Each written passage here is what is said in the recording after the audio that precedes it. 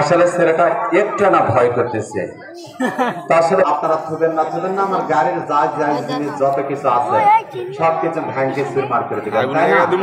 এই জন্য আমি ছেলেটার উপর কোনো রিস্ক নিব না। এই জন্য আমি যে বানটা ছেলেটা মেরেছি, এই বানটা মারা আমার সঠিক হয়েছে নাকি একটু আমি চেক করব। কি চেক করব? আমার দেহ, এই যে আমার দেহতে সর্বপ্রথমে একটা আঘাত করে দেখব। যদি সর্বপ্রথমে একটা আঘাত করে আমার দেহতে আঘাত করে যদি আমি কিছু না বুঝতে পারি, তাহলে বুঝবো ছেলেটার গলা কাটে আমি 2 হাত ভাঙ করতে পারবো। আর যদি আমি কোনো কিছু বুঝতে পারি, দরকার পড়ে আরেকবার আমি বান মারে ছেলেটার গলা কাটবো। ঠিক আছে না ভাইয়া? হঠাৎ করে এখানে একটা বিঘটি ঘটে যায়, কিন্তু আপনারা চান না, আমিও চাই না।